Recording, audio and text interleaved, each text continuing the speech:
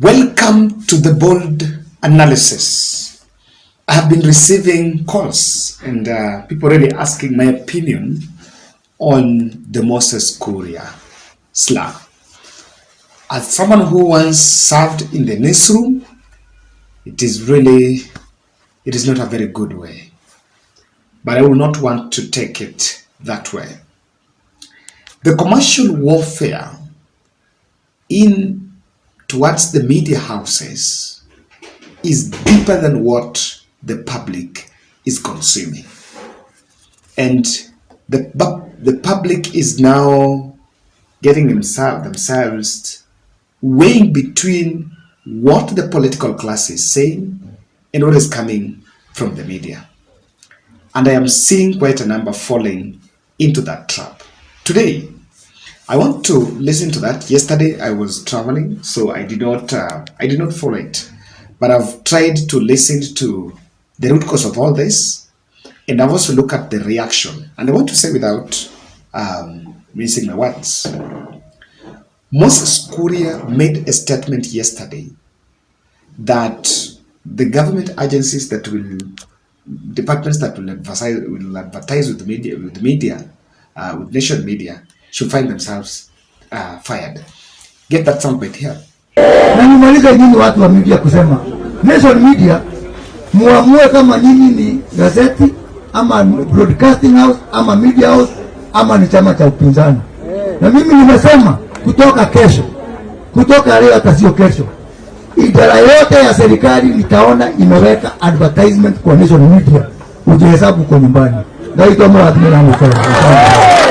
I'll be doing a disservice to use this podcast to amplify the other rogue, the other indecent or other obscene statements that Moses Kuria used to profile the journalists, so you can find them yourself. Now, this is what he said yesterday in Meru.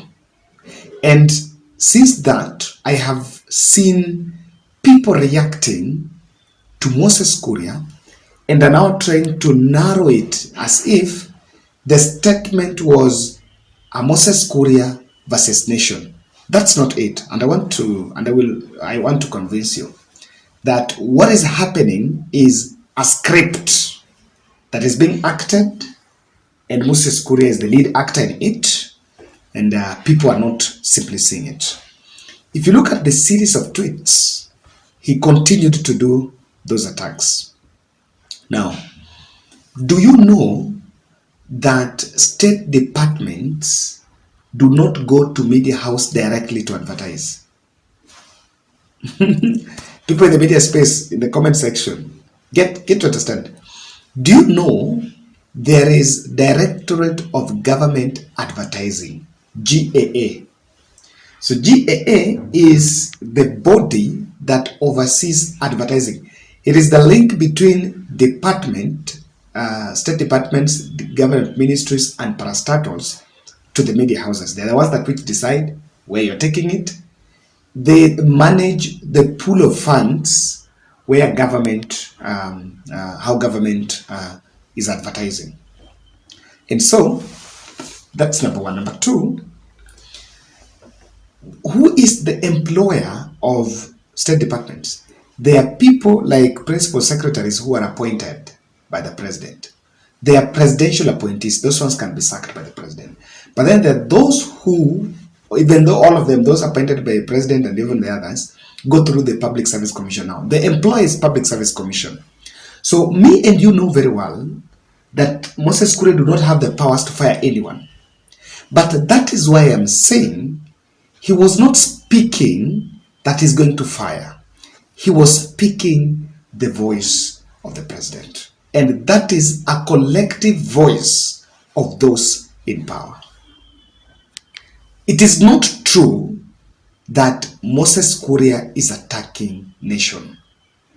What is more true is that the state sent Moses Kuria to deliver that message. That the more you push on those stories, we will withdraw the advertising. And it's not about nation. So there is this switch you need to get. We cannot reduce the Moses Kuria outburst to be a nation Moses Kuria thing. It's not it. And if I want to tell you, that is a smoke screen. You need to ask yourself at this point, because I've taken time to listen to expose by Nation. Nation did an expose on the edible oil. If you find time, you can listen to that 11-minute story. It is that story that Moses Kuria was reacting to, because he was directly implicated into some shoddy oil deal, edible oil deal. Now, if you follow that story, number one, it was bordering tax evasion. Number two, the oil was allegedly connected, imported to the country through some people that are connected to power. I think maybe just give you a sneak peek of what the Nation team did. They said that in the very first cabinet meeting, two ministries, that of Moses Kuria and Mithika Lenturi, advised the president in one of the ways to lower the cost of living, and that was because there was a problem. They decided to have duty-free, some goods imported duty-free, that is maize, rice, and cooking oil, amongst others. So this work was given to Kenya National Trading Association or something. Said Trade Corporation, Kenya National Trade Corporation. So that was the person who was that was the organization that was supposed to import. Now this organization gave tenders, and they were important. And in that process, the process was flawed. They used law that exempted the middlemen from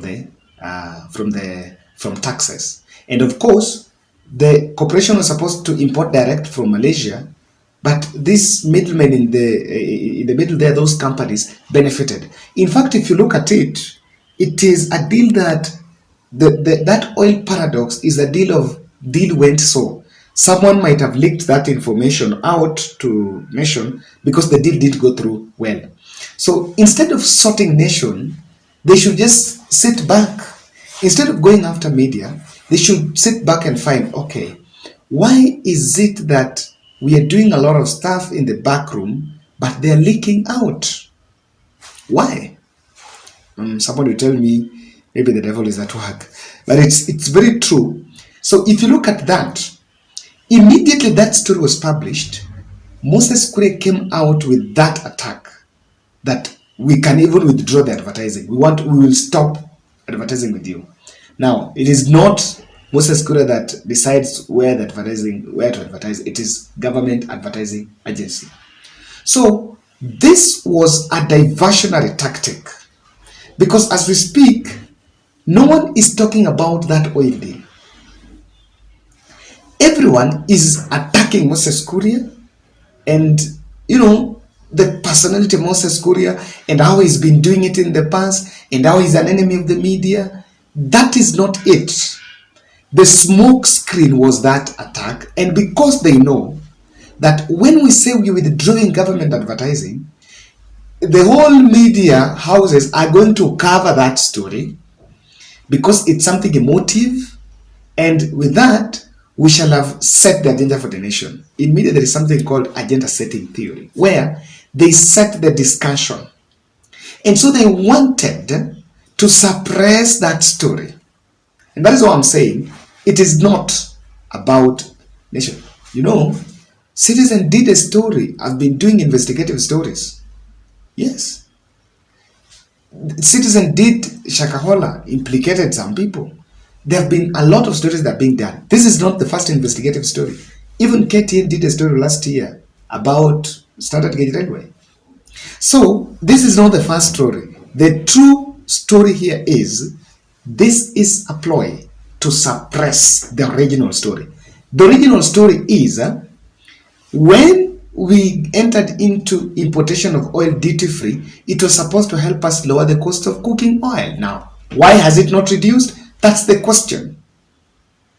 But all this is a power play. And that is why I'm telling you that Moses Kuria was a gun for hire. I want you to look at, I've just seen a reaction from Wamuchomba.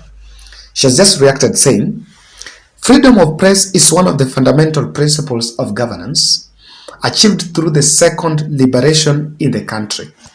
We are only to blame if we cannot uphold what our forefathers painfully fought for. We must, for whatever price, defend the Constitution of Kenya and ensure that the independence of parliament and freedom of press is not eroded to favor individuals. That's what he's saying, favor individuals.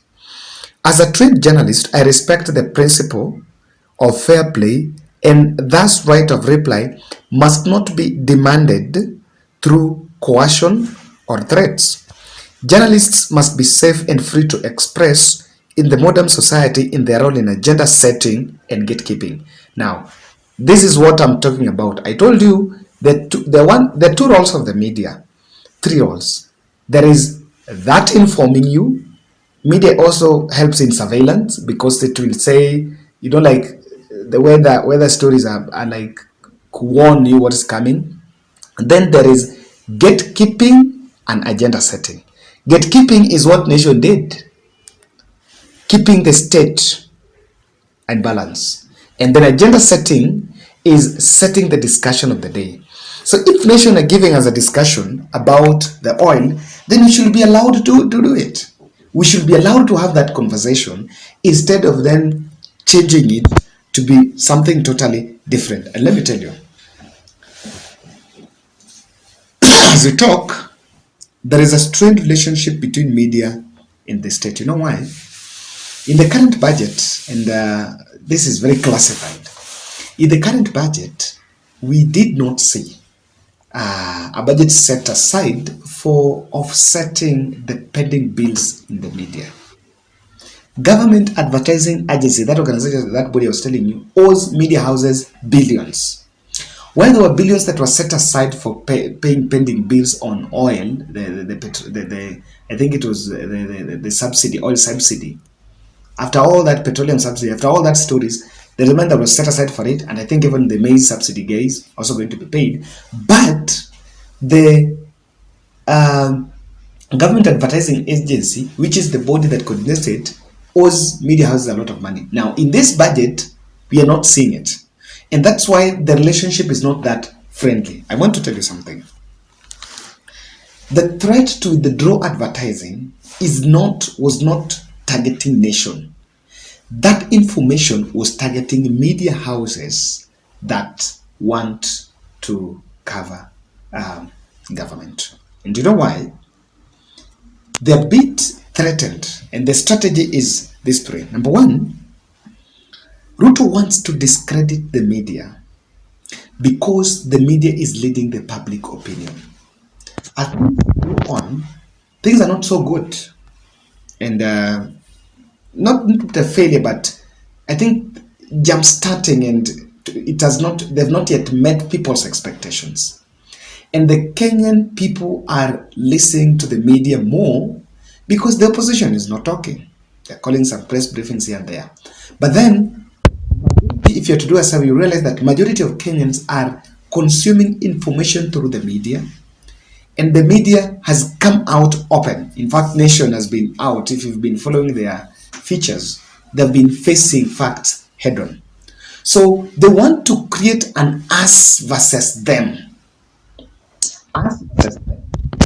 And picking that old script that because the media houses campaigned for Azimio and they were never against that, they supported Azimio, they cannot be with us. So anything they say should be discredited because they never supported Kenya Kwanza from the onset.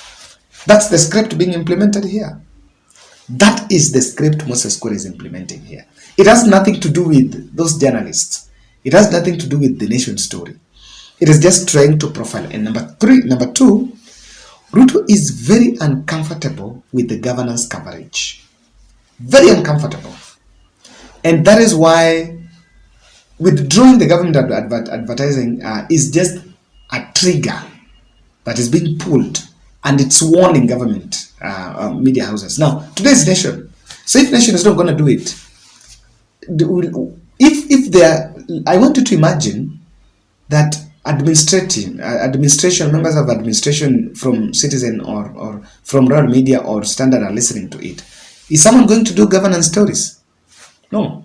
And the reason why they are a bit worried about governance is because, after forcefully taking people's taxes, the country, people said, okay, fine. Our issue was that you are not going to spend our money. And let me tell you, in terms of finance bill, I think the mainstream media, and even us in the social spaces, we tried our best to educate the public. We tried our best. I know no one can always blow a trumpet. We had to blow it ourselves. But the information laid out there. Now, to those in government, there is a very straight, narrow thinking that anyone who is saying it bare the truth is against the government. And so the media was also branded as decampaigning the finance bill. So they don't want the governance, bit of that governance. They want to pull a trigger, handbrakes on governance, because clearly behind the scene, there are a lot of stuff going on. The oil deal is just one of them. The oil deal is just one of them. And because William Ruto rode on a campaign against Azimio with people questioning his integrity, he will not want to take that direction. Number two, I am also seeing Rigathi Gachagwa's outburst against media. Remember some time back, not I think that was like 2 weeks ago, Rigathi was asking, why is it that media is not saying those things Ruto has done? And when we started saying, now tell us those things so that we tell the people, they said Ruto has appointed judges. That's signature. And that's a role, that's an administrative role that do not need jasho yote. The other one, we were told Ruto has taken the port of Mombasa, which just took signing. Ruto, I don't know, has given some financial autonomy to the police and judiciary, which is just, as in, some of those things are just clerical obligations. I think clerical is too low, yes. But they're just like, they're administrative roles. It's just like in a school, you're trying to ask a principal, why is it, when a principal prepares a duty roster and takes class teacher of grade from 4 back to form 1, do you say that one has really achieved? What you can only rate the class teacher on, the principal on, is the delivery, is the performance of the school. But you cannot go to school and start, and that is what Rigathi Gachagua has been telling us. Now, that is one of the reasons why I strongly believe they want media to pull off. Want to pull off because there is a lot of debris. I don't know if I've gotten the right word for it. There is a lot of debris. Now, I am a bit saddened, and I think Moses Kuria will regret this. If the William Ruto team will regret this. Aga Khan is a big investor in this country, and not just in the media, quite a range of other areas. So when you attack one, they sit in the boys' club and they start asking, is Kenya safe for investment? So we might think we are playing local politics, but it can also affect. Imagine if that Aga Khan was to close that nation. Say, okay, fine, you can't advertise with us, we can't work in Kenya, so we are leaving, we're taking it somewhere else. Who is going to lose? It's government who wants to provide jobs for Kenyans, but we are attacking also investors. And that one coming from a minister in charge of investment, I want to agree that Moses Kuria needs to be shown the door. It's reckless, it's clueless, and it is careless, for lack of a better word. We must pay the outstanding balance. So that's my take. I'm still reminding you about 26th